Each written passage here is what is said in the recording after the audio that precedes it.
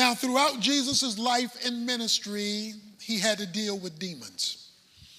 When you read the four Gospels, Matthew, Mark, Luke, and John, he is constantly confronting physical realities with spiritual causation, demonic influence, oppression, or possession, where demons had infiltrated a situation, bringing destruction to a life or to a community because they were undetected or unaddressed.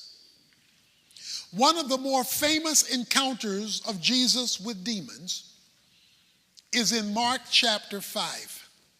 And that I want to use to bring this to your attention so that in case you are dealing with a demon in your life and did not know it, you can become both aware and acquainted and seek to address that undiagnosed cause of everything else that may be wrong. Jesus has crossed the sea in verse 1 of chapter 5 of Mark. He gets into the boat, and immediately a man from the tombs with an unclean spirit met him. He had been dwelling among the tombs. No one was able to bind him any more, even with a chain, because he had often been bound with shackles and chains, and the chains had been torn apart by him, and the shackles broken in pieces, and no one was strong enough to subdue him. Constantly, day and night, he was screaming among the tombs and in the mountains and gashing himself with stones. And the reality is, something is graphically wrong with him. But the root of his problem, it says, was an unclean spirit. That behind the craziness that we were looking at, that people observed, was something that you could not see. It was a spirit that was unclean. Now, it's not that folk didn't try to help this guy. We're told they tried to shackle him, they tried to chain him, they tried to control him, they tried to manage him. And every time they tried to do something to control the anger, the outburst, the craziness, he shook it off. In other words, society couldn't help him. People couldn't help him. Programs couldn't help him. Because the demons were so much in control. When you see yourself or others living an out of control life, this is not an out of control moment. This says day after day, night after night. In other words, crazy was his lifestyle. It was the way he operated. Then you must at least investigate whether you are dealing with demonic involvement. Now, the demon is described with his nickname, an unclean spirit. He's going to be called a demon later, but right now, he's just called an unclean spirit. And with that one phrase, we are introduced to the root of this man's problem. You see, demons go where dirt exists. So they look for uncleanness to make themselves at home. And when they come and infuse themselves through either influence, oppression, or domination and possession, they amplify what is already unclean. So it is unfortunate today that even though we're in church, we regularly have meals with the devil. And we don't even know he's been invited to dinner. Paul goes on to say in 1 Timothy chapter 4, verses 1 to 5, that the demonic world feeds on lies. See, the scripture says Satan is the father of lies. He is a liar from the beginning, and he's the father of lies, and any father has childrens. The demons, the ones who followed Satan in his rebellion against God, or the unclean spirits, gravitate toward lie. That's why it is in their interest to keep you from the truth, because they feed on lies. So this demon thing is real. The problem is it's unseen. It's invisible because it's spiritual. And this man's life has been taken over by the demonic. And he is now out of control. He's gotten worse and worse and worse.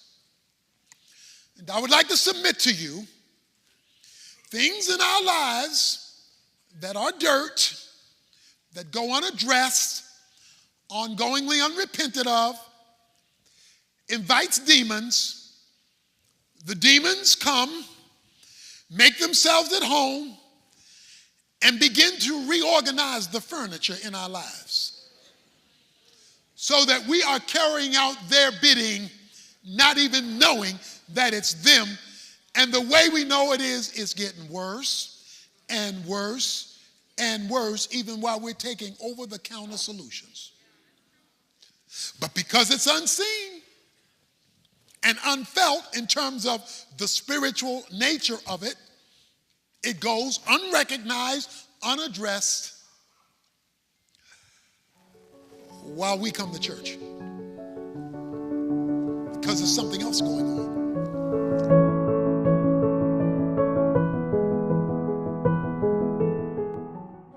We need to get back to the basics. Do I pastor a church or just a collection of individuals? If I'm going to make a disciple, I have to keep becoming a disciple. I'm not going to let you make me what I cannot be, which is a man who doesn't struggle against sin and a man who doesn't need community and prayer. Well, the good news for you and I today is King Jesus knows where we are. He knows where you are spiritually. He knows where you are psychologically. Jesus knows where you are emotionally. And I can testify, he will pull you out of obscurity and bring you to the King's table. I don't care what you're going through. I don't care what your situation is. All that's real, but not relevant. Because this applies to everybody. He says, let me explain your life. Here it is. It's a work of God, and it's just the beginning. Many Christians today are containers.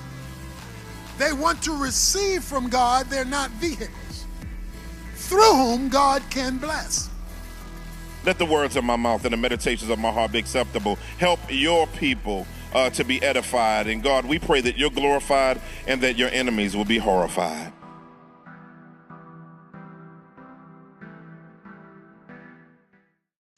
This man, however, sees Jesus in verse 6.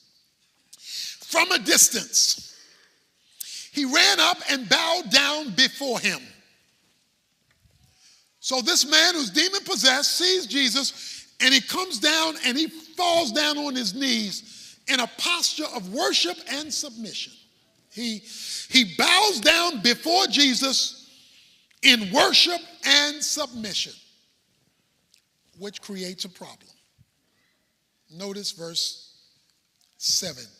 And shouting with a loud voice, he said, "What business do we have with each other, Jesus, Son of the Most High God? I implore you, by God, do not torment me." Okay, this now is getting very confusing. This is very confusing. The man runs and drops down in a posture of worship. But then the man says, "What do we have to do with you?" Wait a minute. I don't know if you follow that. The man, that's a singular, that's a he, dropped down in worship. But then the man says, "What do we?" to do with you, O Son of God? So what the man does is he drags his demons to Jesus. Because the demons are inside of him. They're controlling him. But he brings his demons to Jesus. And so the question now is a group question. What do we have to do with you, O Son of God? Do not torment me. We didn't go back to singular. So we didn't go from singular to plural back to singular again. Because the man is battling with himself. When demons take over, but Jesus is brought into the equation, there is going to be an internal conflict between what you want Jesus to do and what the demons want to do. He says, do not torment me. And it is in this tormenting phrase that this man drags his demons to Jesus, and he's now wrestling because the demons want to know, why you bring us here? We don't want this. Don't you torment us. What is the torment? Here it is. The spiritual is meeting the spiritual. For he had been saying to him, come out of the man, you unclean spirit. Jesus asked him in verse 9, what is your name? What is your name? Tell me your name. He's asking the man, him, what is your name? My name is Legion, for we are many. And we don't want to be tormented by you. Jesus is saying, come out of him. And he began to employ him. The man began to employ Jesus earnestly, not to send them out of the country. Now there was a large herd of swine feeding nearby on the mountain. The demons employed him, saying, send us into the swine so that we may eat them. Jesus gave them permission, and coming out of the unclean spirits, entered the swine. The herd rushed down the steep bank into the sea, about 2,000 of them, and they were drowned in the sea. Oh, there's so much here. Number one, the demons asked for permission. That's because even the devil can't do anything without God allowing it. They asked for permission. And what they asked for is, if you're going to make us leave this man, give us another place to go. Because as you see in the movies, demons need hosts. They need something alive in order for them to express themselves, because they are spirit. They're invisible, although they are persons. They have intellect, emotion, and will. So they are persons, but they are invisible persons. And so they need a visible thing in order to express themselves on earth. So Luke chapter 11, verses 24 to 26 says that when they're in waterless places, that is places without life, where there's no water, there's no life. When they're in waterless places, no life, they're looking for a place. They've got to express themselves. And so when they see dirt in our lives unaddressed, then they come upon us so that they can express their uncleanness in our uncleanness, making our uncleanness worse than the uncleanness it was before they arrived. And so they express themselves in us. Jesus says, come out. They say, well, will you allow us to go to the pigs? Why? Why did Jesus say you can go to the pigs? Simple. They're unclean animals. So he lets them leave an unclean man for an unclean animal. Because they can only flow where there's uncleanness. that goes unaddressed. When they enter the swine, they go hog wild and pig slop crazy. It says they run downhill and drown themselves. Because the goal of demons, one, is to always take you downhill. It is to devolve your life, defeat your life, ravel up and tie up your life, destroy your life. Demons have one goal, that is, you go down. And their ultimate goal is suicide. It says that the pigs went out down the hill and drowned themselves. The difference between the pig and the man is that the pig doesn't have a soul and the man does. So there was some resistance in the man that does not exist in the pig. So when they went to the unclean pig committed suicide. But Jesus comes along and he addresses it, because he addresses the spiritual cause, not merely the physical symptoms. The enemy looks for spaces, and we've all given him some at some time or another. He doesn't need a lot of space. He just needs it to be open and dirty.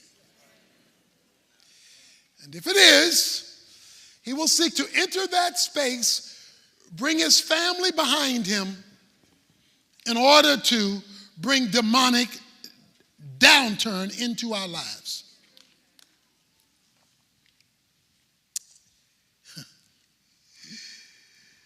The herdsmen, verse 14, ran away and reported it to the city and in the country. And the people came to see what had happened. And when they came to Jesus, they observed the man who had been demon-possessed sitting down, clothed and in his right mind, the very man who had had legion, and became frightened.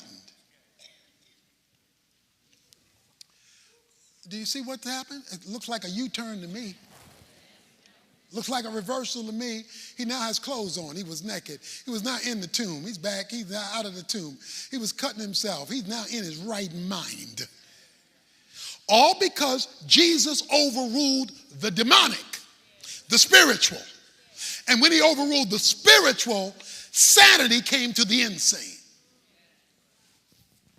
Now this man is way off, because he's had 2,000 demons. How many demons do you have? Or do I have? Maybe you only have 2. Maybe you have 200 or maybe 2,000. But the more the demon, the more the oppression, influence, and possession. Let's look at the herdsmen. Verse 17. And they began to employ him to leave the region. They told Jesus, get out of here. We don't want you here. You would have thought they would have been grateful. You would have been thought, boy, this man has a power to get rid of demons, to make insane people. Let's send him to Taro so he can work with everybody. You would have thought he would have said, they would have been glad. They said, get him out of here. Why? Get him out of here because he's costing us money. See, the pigs went and committed suicide. They were pigs herdsmen. So when their pigs drowned, their money got funny. They said no more pork chop, no more pig feet, no more chitlins, no more ham hock. Sweet Georgia Brown got to shut down because there is no more pig. This man is costing us money. Get rid of Jesus. Let's keep the business coming, even if we've got to keep the folk hooked. The man wanted to get in the boat with Jesus in verse 18, who was demon-possessed, imploring him, Jesus, that he might accompany him. And Jesus said to him, you go home to your people and report to them what great things the Lord has done for you and how he has had mercy on you. That tells me right there, the man needed mercy because of how unclean he was. And he went away and began to proclaim in Decapolis what great things Jesus had done for him. And everyone was amazed. I want to make two observations. When they told Jesus, get out of here, he left. Because Jesus doesn't want to be where he's not wanted. Behold, I stand at the door and knock. If any man opens the door, I will come in and sup with him. But if you do not open the door for him, he will not stay where he's not welcome. He has to be welcomed in order for him to stay. But the second thing is he told the man, no, don't come with me. I want you to go to Decapolis. That's made of two words. Polis meaning city, Decap meaning 10. Go to the 10-city region. You go home first, then you go to the 10 cities in your community, and I want you to talk about what I did for you. So here's the deal. I challenge you to approach the downward hill of your life spiritually first. Do that first. Let's get to the right question first, the whole first, and see if there's a demonic thing by throwing yourself at the feet of Jesus in worship and submission. And yes, it may be tough at first because if it's demonically influenced, they don't want to come out. They want to hold on to you as long as they can. But you keep throwing yourself at the face of Jesus. And like Jacob say, I will wrestle with you till my change come. But I am going to throw my face and submission to you, Jesus. That's what I am going to do. And then when he delivers you from your demonic infestation, you better not keep that to yourself. You go to all the communities around and you let it be known from family and friends and everybody you know in the surrounding neighborhoods. You go to Frisco and Plano and you let it be known Jesus Christ has delivered me and I'm not keeping this to myself. Anybody who can deliver me from what I could not deliver myself from, I'm going to tell it, I'm going to tell it, and then I'm going to tell it again. Because I am not ashamed of anybody who can deliver